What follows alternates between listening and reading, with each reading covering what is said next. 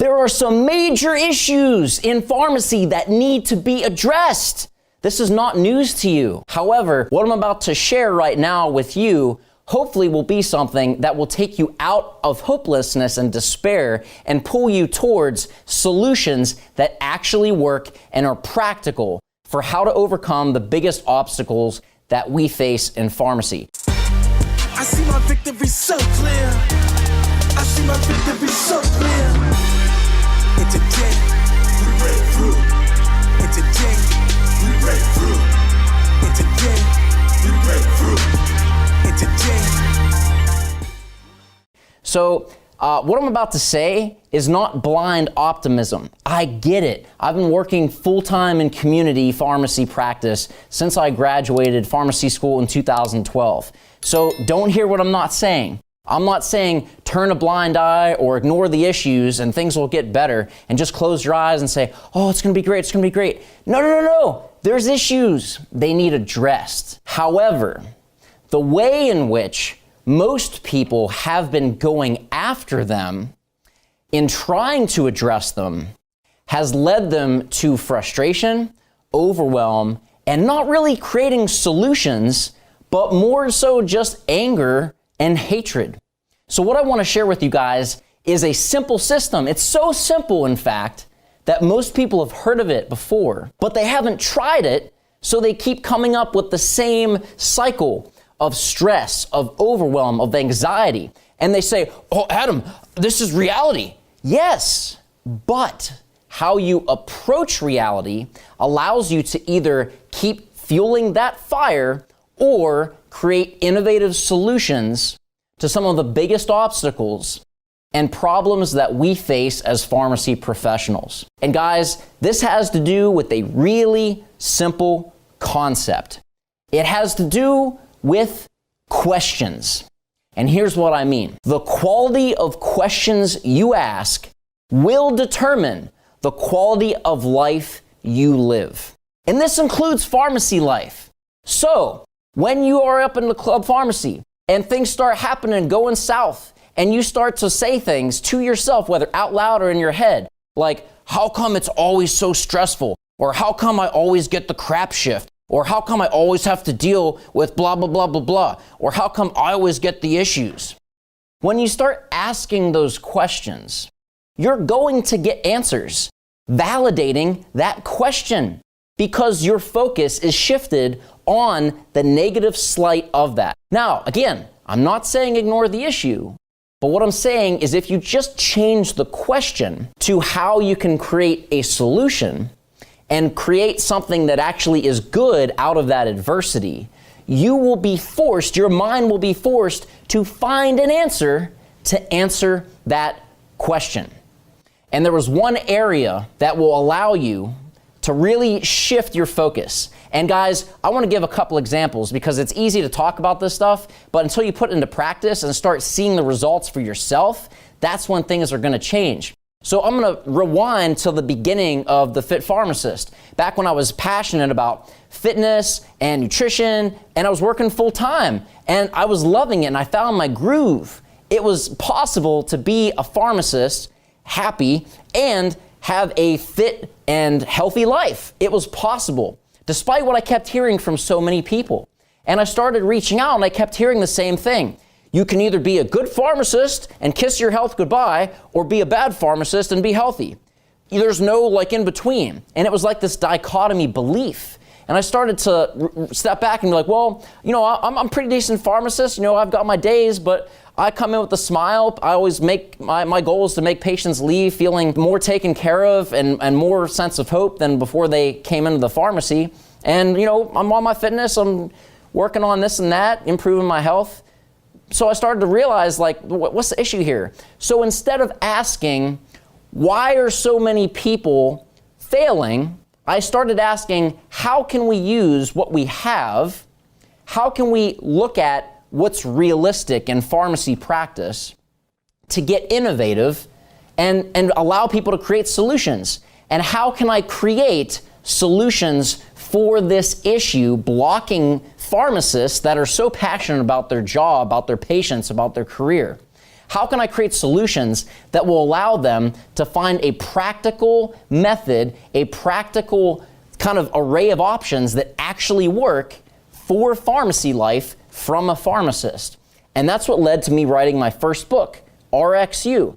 Because as professionals, as pharmacists, we're going to fill thousands, tens of thousands, maybe millions of prescriptions in our career. The most important prescription you could ever fill is yourself, because you can't pour from an empty cup. But so many people kept running into, I don't have time, it's not realistic, I don't get lunch breaks, and on and on and on. So instead of saying, I don't get a lunch break, blah, blah, blah, I said, how can I get innovative with the time and environment I have to create solutions so that I can stay on track with my nutrition?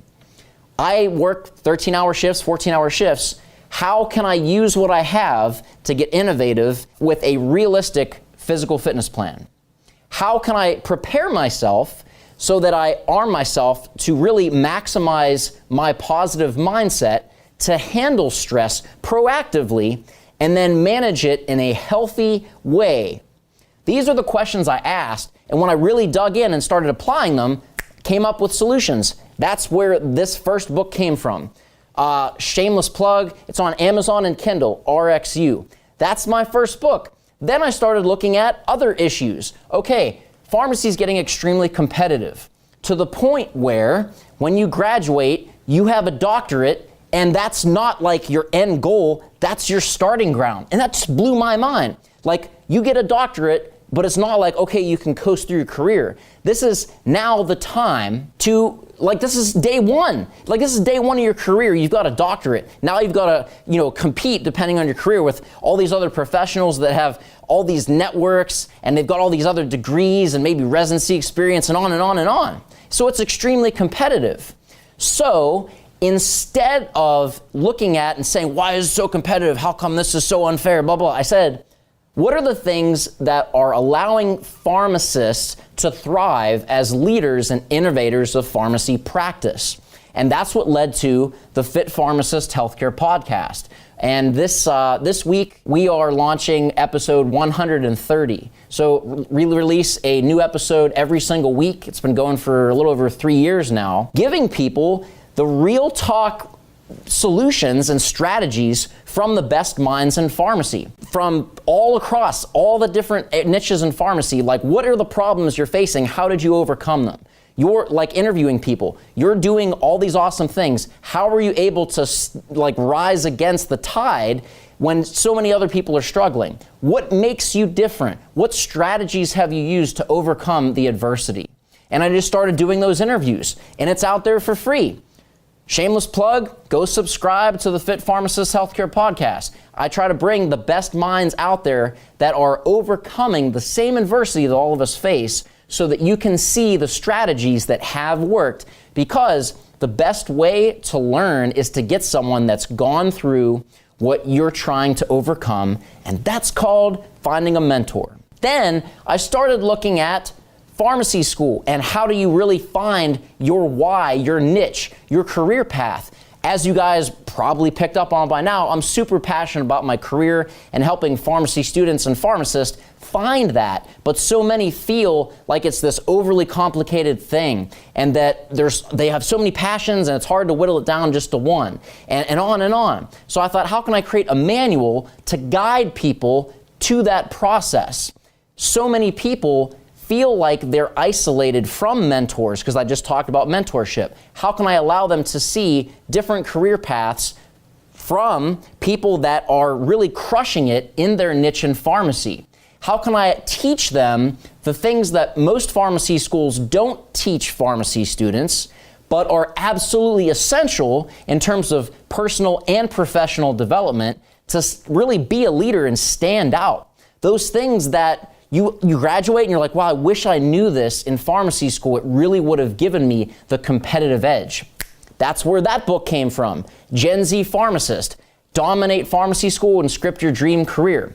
So guys, the reason I'm telling you these things is this is where the power of questions come into play.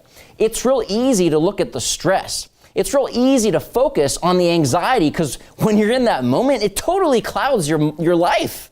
That's all you can focus on. But if you keep asking, Why is this happening to me? How come this is so terrible? And on, you're going to get answers focused on that question.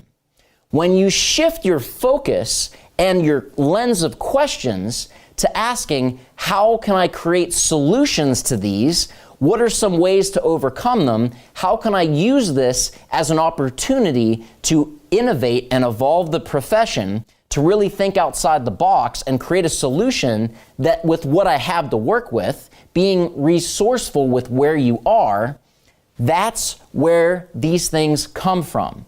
And I wanted to use this as an example because, guys, I'm not no super genius. I wasn't in row chi. I was back row chi and no chi. Like, that was where I started. And even then, you all know, I didn't get into pharmacy school the first time I applied. So I started with the academic handicap, if you will. But I persevered because I had my why, because I didn't say, why is it so hard, blah, blah, blah. I said instead, how can I get really serious about my goals and find solutions to the adversity that I have been experiencing?